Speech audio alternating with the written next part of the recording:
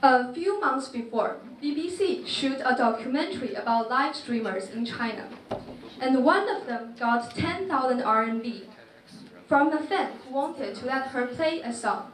You know, just play a song, not sing it. 10,000 RMB. That's some people earn for a year. And now I'm going to show you a chart about online entertainment user pay revenue in China. The yellow one is live streaming. As you can see, there's a dramatic increase in live streaming through 2011 to 2016. About 35% live streamers earn 8,000 RMB per month. Then this is how live streamers earn such large money in such a short time. Fans buy them virtual gifts, and then live streamers can redeem their virtual gifts for cash. And I have some pictures of the gifts.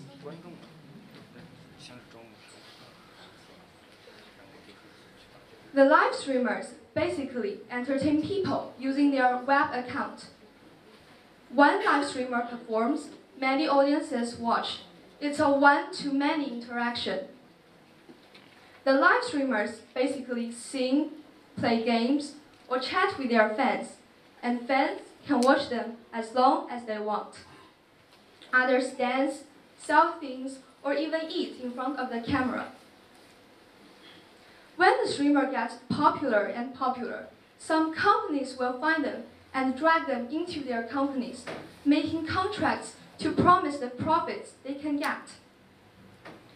Then why live streaming goes viral in recent years than before? There are several reasons accounted. First of all, traditional live streaming, for example TV, features a one-way information. But now, people enjoy a more lively, responsive interaction with one-on-one attention, which satisfies the audiences way much more. When the streamer makes a greeting, no matter how many people are watching, everyone will feel it as if it is a greeting for he or her, right? Think about Justin Bieber. When he smiles at the camera, every girl will regard it as a smile for her. And the second is the easier access to mobile devices. The cheaper fees of data usage and the phone itself make it part of the reason. The wider coverage of the internet makes it less demanding for either the watching or the showing. Internet cafes were the places most likely for people to surf the internet before. But now we have phones, we have computers, and we can watch the shows anywhere and anytime.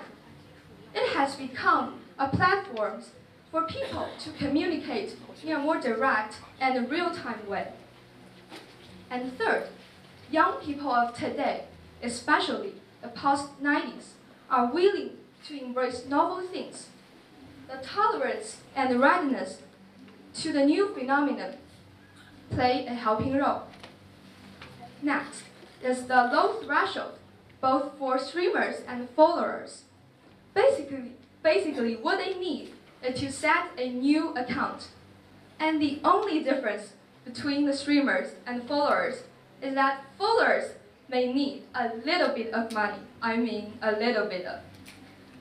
And while streamers feel good for the respect, and they can get a sense of fulfillment from fans, and fans in turn enjoy sending gifts for their online stars.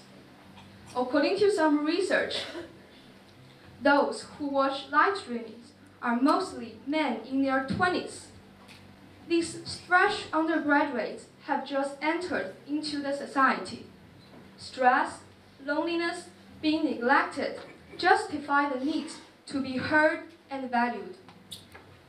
Moreover, live streaming can bring huge profits and drastic changes to people. For example, 郑天琪 since 28 sings and plays the guitar for live streaming. He moved from Beijing, where he used to be a street singer and could hardly support himself back at that time.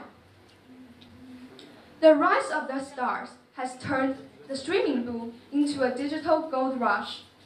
Although live streaming is popular in many other places, including the United States, China's streaming boom is more intense and profound.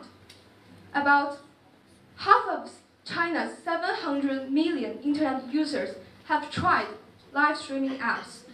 That's more than the population of the United States. According to our research, China's live streaming market was worth at least $3 billion in 2016, up 180% year over year. Some analysts predict that this sector will soon generate more money than the Chinese movie box office. The quick money appeals to those who are not satisfied with what they are now. Also, it brings some social changes. Lu Yongzhi, 26, a cattle trader who now turns into a live streamer. When he started out, he was sleeping on his friend's floor and broadcasting for over 8 hours a day.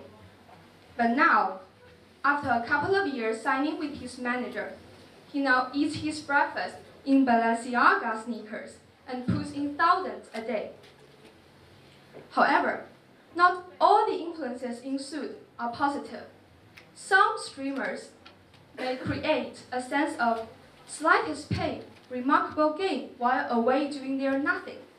Some streamers may do some obscene performances to keep themselves attractive, while others may coax their fans into evil deeds. Have you ever heard of the microphone shouters, those who shout songs while live streaming? Some of them may sing negative and radical words, which will bring bad to those who are still young. These ill-conditioned performances are misleading, contagious, and hard to eradicate once widespread.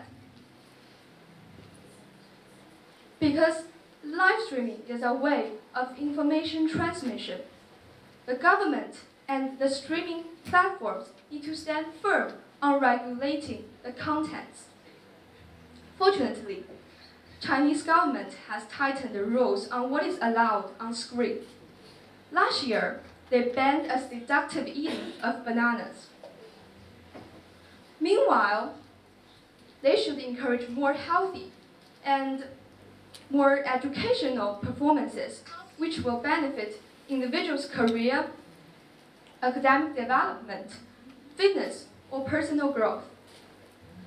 Anyway, we are still trying, and we do have seen some good changes take place. Live streaming is a good way of sharing things, and we have every reason to believe that it will have a promising future and bring more use to people. Thank you.